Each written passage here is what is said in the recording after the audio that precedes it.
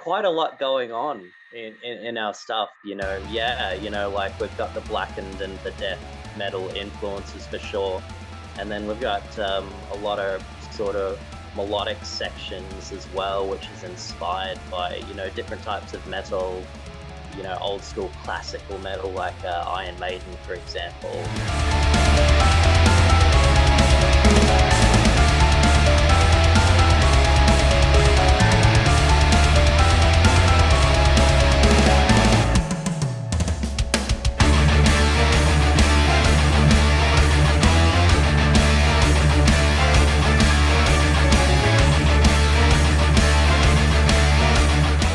What's up, Headbangers? Welcome to Headbangers Australia. We've got a featured band on tonight's episode.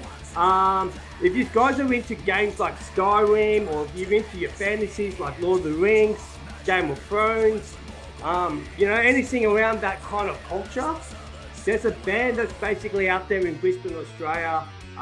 If you ever watched them out of the shows, or you've seen their photos or their concert, you probably feel like they just got out of a dark fantasy film. But as I said, this band, they deliver their performance, they put a lot of effort to it. Their songs are about epic battles, demon slaying chaos, short clashing storytelling. The hymns are very blackened.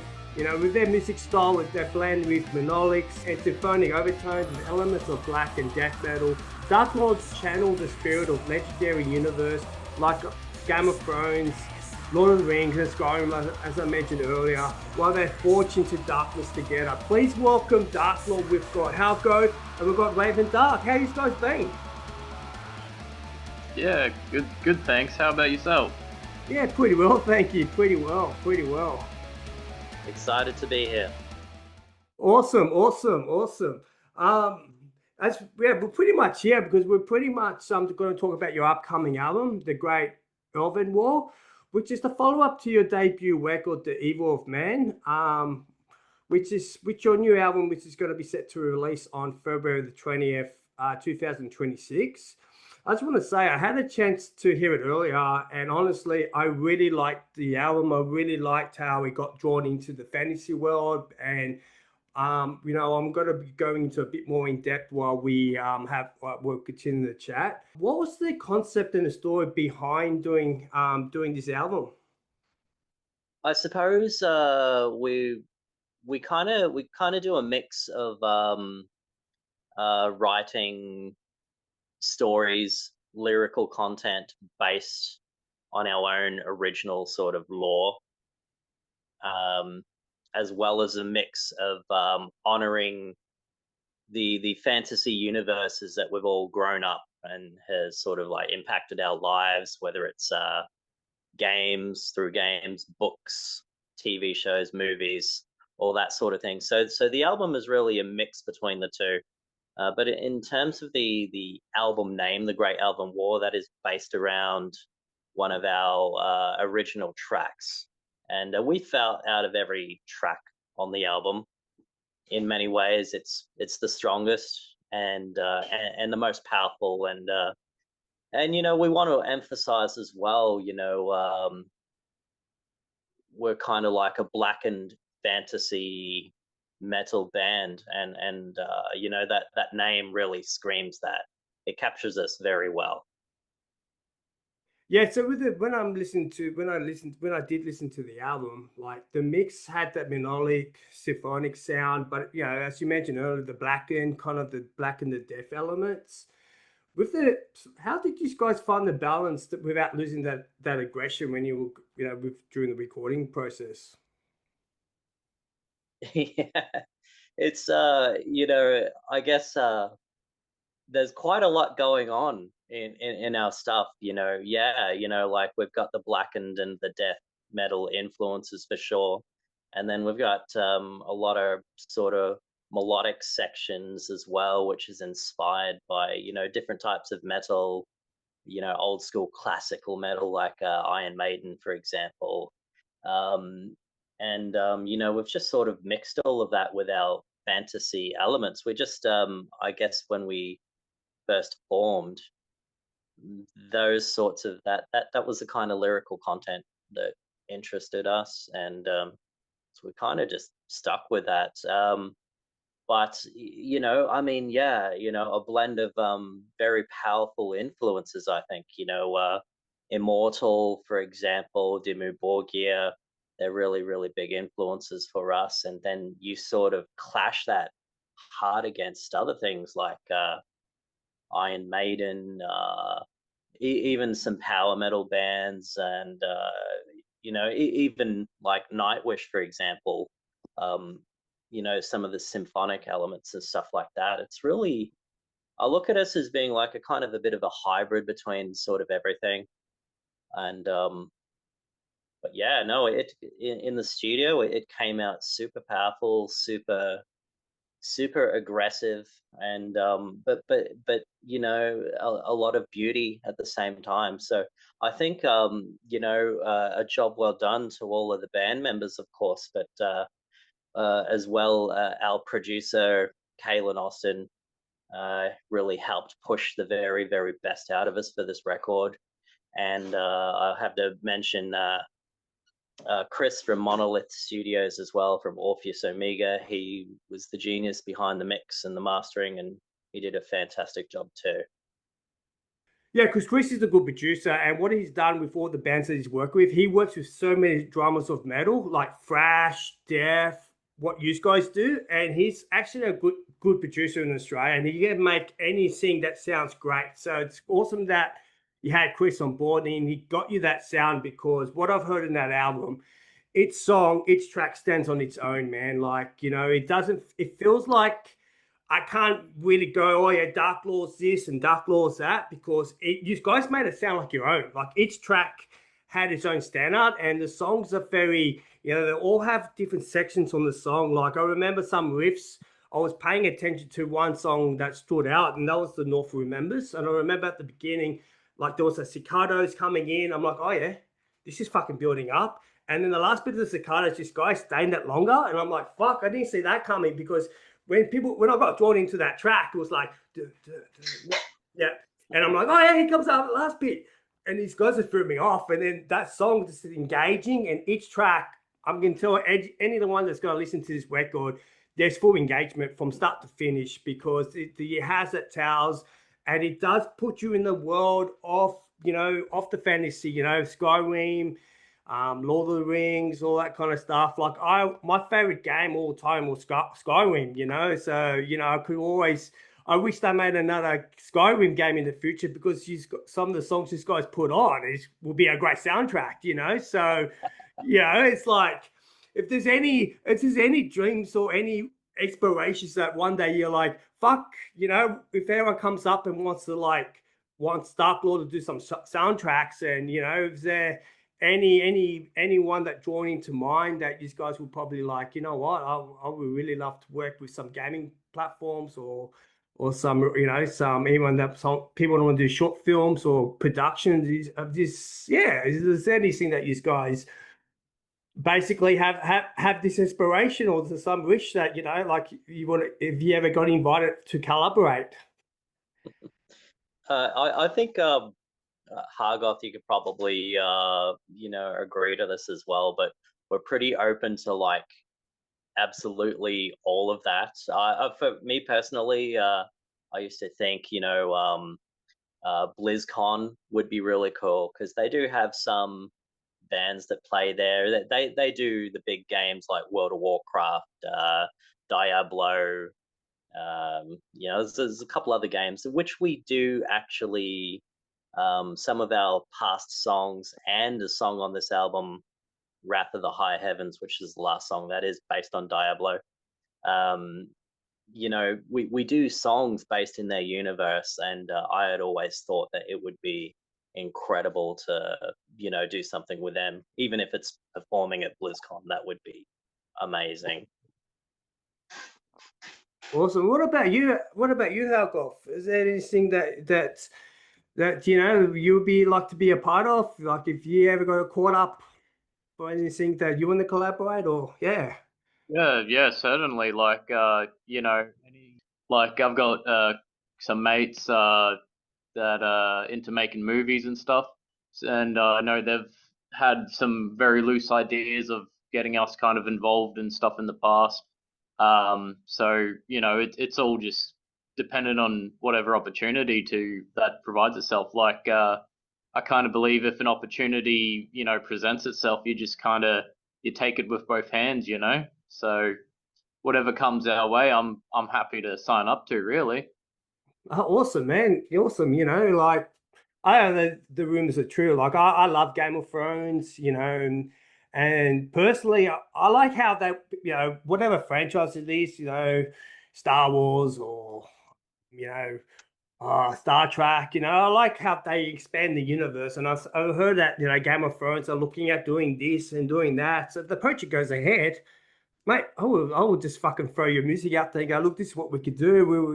We can work with that, man, because like if the North Remembers is probably just a good example, just the title alone, and just that music behind it, and just the way you interpret it, that kind of form of world, and go, you know what, this is how Darklore will look into it. I mean, this is how we see it, we see this kind of world, man. So I think these guys have worked really well, and you're blended in and you live in that kind of world. So I think that's fucking awesome, man. Yeah. Thank you. Thank you. It's all good, man. Yeah, basically, as I said, all the tracks are fucking good and they all stand out.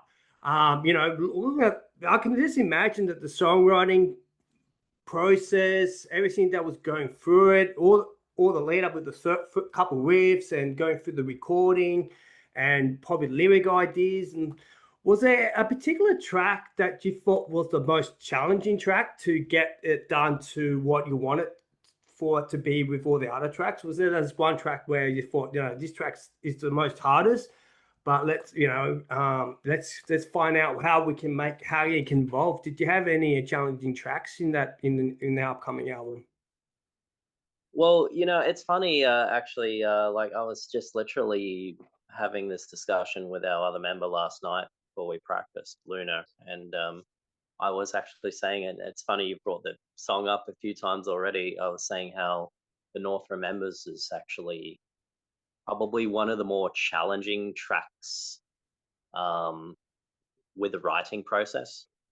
Uh, you listen to a lot of the songs on the album, and where we've got that extreme high energy in it, like very, very fast, energetic. And the North Remembers is a little bit different. It's a bit slower. It's a little bit more grim, um, which really makes sense based on what the story is actually about. It's supposed to be like it's slower, it's more grim, but it is in a way maybe one of the most dramatic tracks on the album as well, and that it's quite powerful. But bringing that song to life was it's one of those tracks that never really flowed from start to finish. Some of them do, like on the other end, the song right after that, Horns of the Befira, which is freaking amazing. Um, that's the kind of song that I kind of whacked together in just a couple of days. Like the riffs just came naturally to me. The structure was just there. It worked from the very first point all the way to the end. It just came naturally. It was very, very easy. The lyrics came naturally. It was amazing. The North Remembers, it was one of those tracks where kind of like it was just basically challenging all the way from start to end. But it's come out really, really nice. As all the tracks have, really. Like, yeah, it's amazing. Yeah, man. Like, it's kind of like, yeah, like the North Remembers is probably one of the tracks that I personally just go, fuck, but no, each track stands on its own. Even the opening track, even the Hunting Ground, it sets the tone from the opening track, and then it just leads on to the rest and the rest. And Yeah. Well, we chose that for that exact reason. Like, out of all of our tracks that had the most sort of atmospheric and immersive intro, it really sort of, I felt like it will set the sort of scene for the rest of the album, get you in that sort of dark universe, and it's perfect for that. Yeah.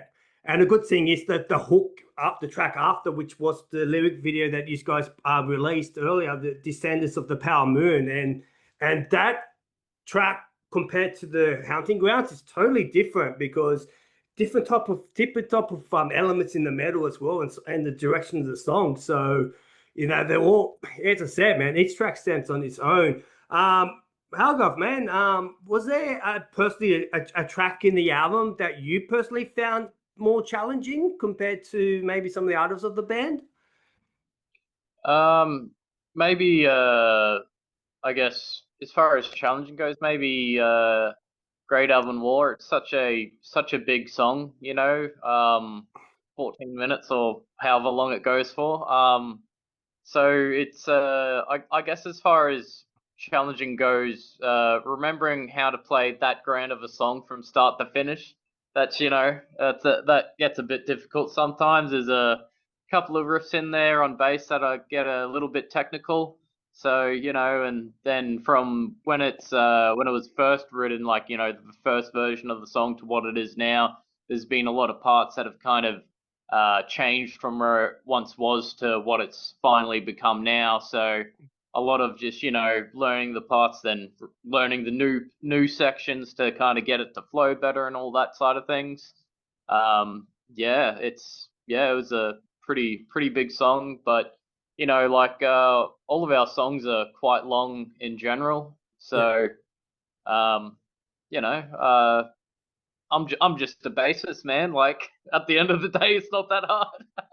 Mate, I'm a bassist background as well. My background's bassist as well. So what I liked about your performance as in the bass, and there was parts of the album the bass stood on its own. So I really liked the performance of the bass, but I'm always looking for the bass personally because it's having the bassist. But I think the performance was fucking solid, man. So massive congratulations, bro. And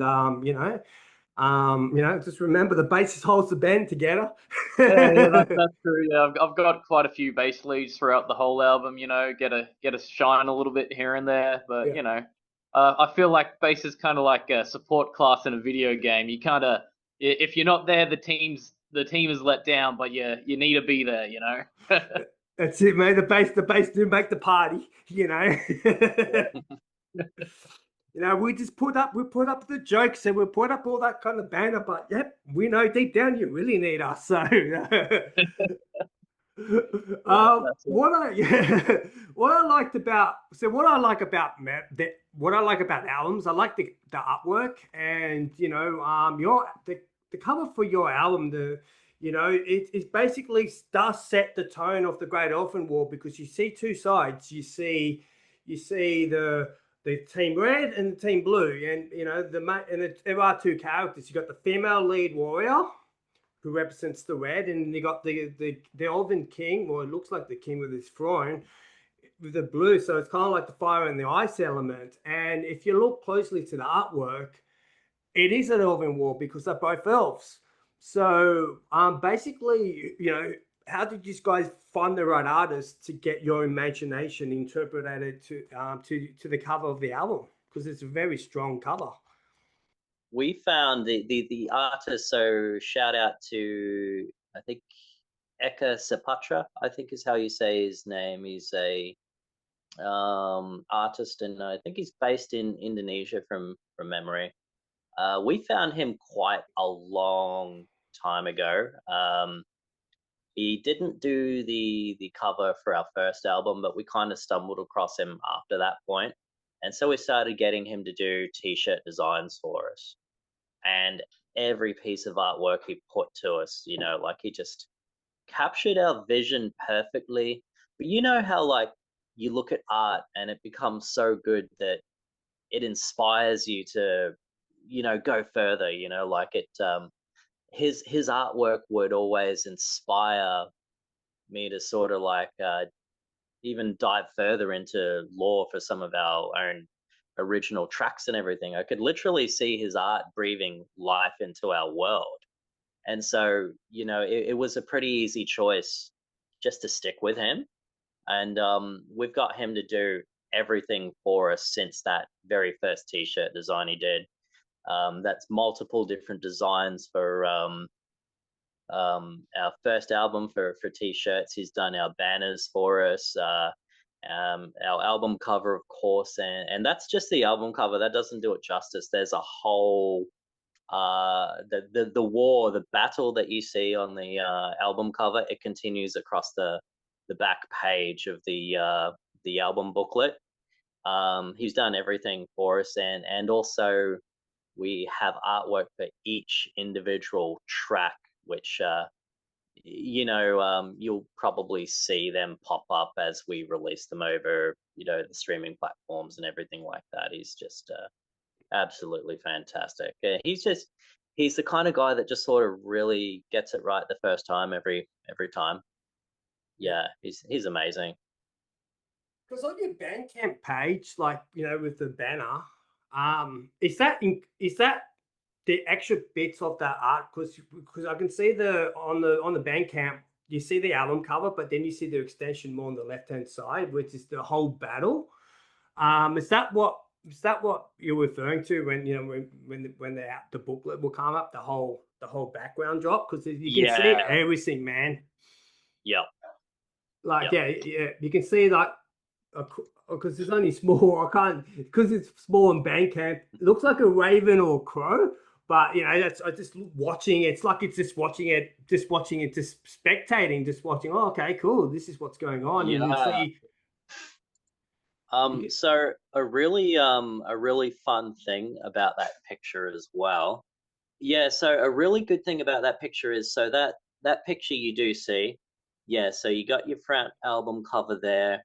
And that middle section where you can see all the elves and different creatures fighting, that's the back of the booklet. And over from that, where you see the raven, that's like the back of the CD case where all the title tracks of the songs will be listed and everything. So yeah, it's a big continuation, that whole piece there. You'll see in this picture, for example, the raven, that represents, they're basically Easter eggs. All these creatures that you see, they reference each track on the album individually. So the raven is descendants of the pale moon, and if you look very closely up where the blood red moon is, you can kind of see a ringwraith and Nazgul, which reference servants of Sauron. They're just some examples. You know, we got a werewolf there, which is referencing the first track, Lady Stoneheart, if you know who that is, which represents North Remembers. It's all there, which makes it just like that much cooler. Fuck yeah! That's just hearing all that. That is epic, man. Like, that is what I love when I see like those kind of album covers where people just go, yep, let's put elements of this and elements of that, because it just brings the whole thing to a life. It's like a book or a game, you know. It's just good. You know, from a fan perspective, those that probably you know, followed you guys have heard the Evil of Man. When they listen to the new album, how would you? Is there a way you want them to experience, or is there a way that you? How would that? What would they expect to hear, like, hearing these guys' new albums? Yeah. Yeah. Well, what I want from a listening perspective is, and this is the very, very same thing for our live performance as well, is like 100% immersion. That's basically what I want. And that, like, if we achieve that, then that's fantastic. I just want the album to start and that album to put the listener in some sort of a place, a state of mind, you know, whether it's a, you know, kind of that feeling where you're sitting down on the couch and you're playing Skyrim, right? And you got the atmosphere, the music going and everything, and then time ceases to exist. That's kind of what I'm hoping our album will achieve. So, you know, you guys, you know, you mentioned earlier in the pre-interview that you guys put a lot of efforts into your shows. You know, for someone that's never watched Darklore before, you know, you kind of mentioned it earlier, but can you go a bit more behind the scenes with the process of your, you know, basically with your live shows and a lot of planning that you do to create that kind of immersive experience that you want for people to engage with? Absolutely. Hargoth, would you like to take this one? Yeah, certainly. Yeah, so basically our goal is to have full immersion, like we want to basically give you dinner and a show at the same time. You go there, you love the music, but you get so encapsulated by our shows that it just kind of draws you in and you love it. We have the full black leather armor on stage, give that full proper nerdy warrior presence along with uh the face paint and everything like that. In previous, depending on the stage that we play in, we try and get a lot of immersive elements on stage. Like we've had ring wraiths on stage before, we've had orcs on stage. We just try and get a lot of theatrics going on. We're very theatrically driven. I guess it comes from our roots in something like Iron Maiden, how they always have Eddie come up on stage, and it's always like a big moment, and it's just it encapsulates you and draws you in. So we basically try to do, I guess, something similar in our realm. It's the bigger the stage, the more open the venue, the more we can do. So uh, basically the end goal is to, I don't know, have like catapults and trebuchets firing on stage and stuff like that. But maybe that's a few years down the track from here. But we'll give it a go. Yeah, we've done a lot in previous shows. We've had knights in armor and stuff fighting in the pit and everything like that. So it's just kind of depends what our limitations are. If we could, we'd replicate a full battle on stage, but limitations exist, I guess. So we just try our best because we really just want to immerse people. We want them to see what we see in our music and feel the exact same thing that we feel. Yeah, I've got the details for your album launch. So it's on the Saturday, 28th of February, 6:30 in Queensland time. So anyone that's living around in Queensland, I do recommend to go to this gig and check them out, because I envy you guys, because I really want to wish Darklore will come to Sydney, hopefully soon, and get to experience that, because that's I'm really, you won me over with basically the album.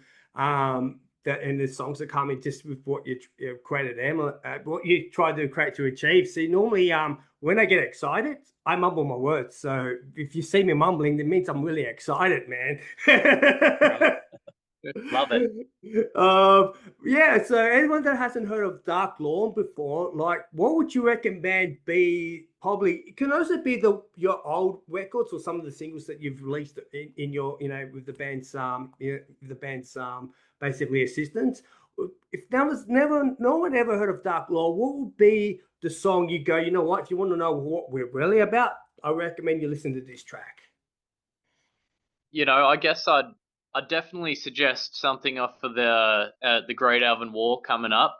As many bands do, when we recorded our first album, it was very much a first album, and we learnt a great deal from that. And we learnt who we are as artists, and we discovered our own sound and everything since then. So we went full proper professional this time with Kaylan Austin and Chris, as we discussed before, to produce the Great Elven War. The tracks, as you said, speak for themselves. I think we've really forged our own sound and our own uniqueness with this album. Like, I would happily put forth any single song on this upcoming album to someone for the first time and say, this is what we're about. Whether it's the first track or the last track or any of the ones in between, it all represents us pretty solidly on this album. Yeah, I mean, like, it's really hard just to pick one track. It really is. It's that kind of album where I don't think there's going to be a big favorite amongst the majority. of people who listen to it. I think it's that kind of album where everyone's going to have their own favorite track, if you know what I mean. Because they're all so different from each other. They really are. But at the same time, it somehow all comes together as well.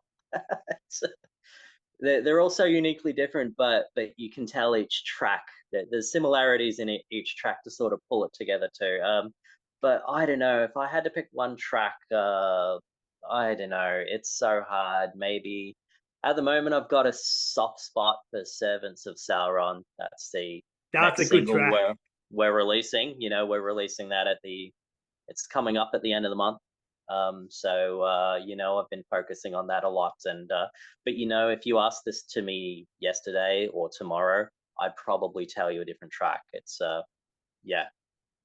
crazy. Awesome, awesome. And by the time the video is released, that single will be already out. So go check that song out. That's basically another bang of the song on the album. It's just, as you said, and we've been discussing it all this interview, man. It's just basically been a great album, and I'm really excited to see how everyone's going to respond to it. I think this is really positive, and it's also a good way to show the Australian metal, basically as I said, and I basically just with Europe, because this is more European kind of metal when I'm hearing it, and I think that there's just so much great metal coming in Australia, and I think that Darklore is just going to basically people are going to be mesmerized and amused by this experience. So big congratulations. Before we wrap it up, is there anything that you guys want to say to anyone that's been supported the band since day one, and also throughout this journey that's leading to the release? Yeah, I just want to say thank you to everyone, like all of our fans and people who have helped us along the way. This album, it's been in the works for years upon years. We've gone through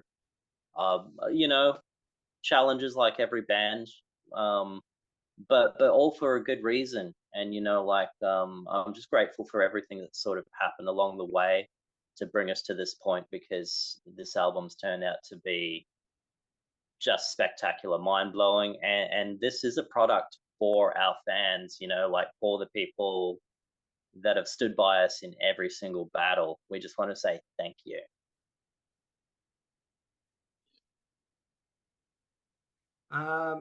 Anything you would add, Hargoth?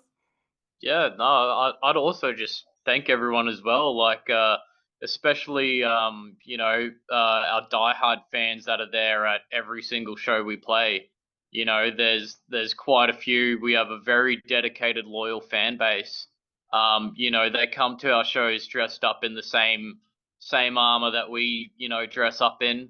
They really help to not only make us feel good, but it encourages the immersion amongst the fan base itself, which is just amazing. And that they're a massive part. They keep us kind of going.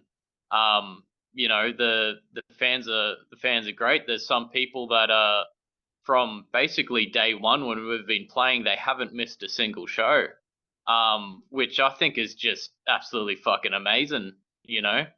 I can't be more thankful to them, So, thanks to all the fans. Thanks for the support, Thank you for buying our endless supply of merchandise, Hopefully we've got some more merch that everyone will love at this next gig. So, yeah, thanks.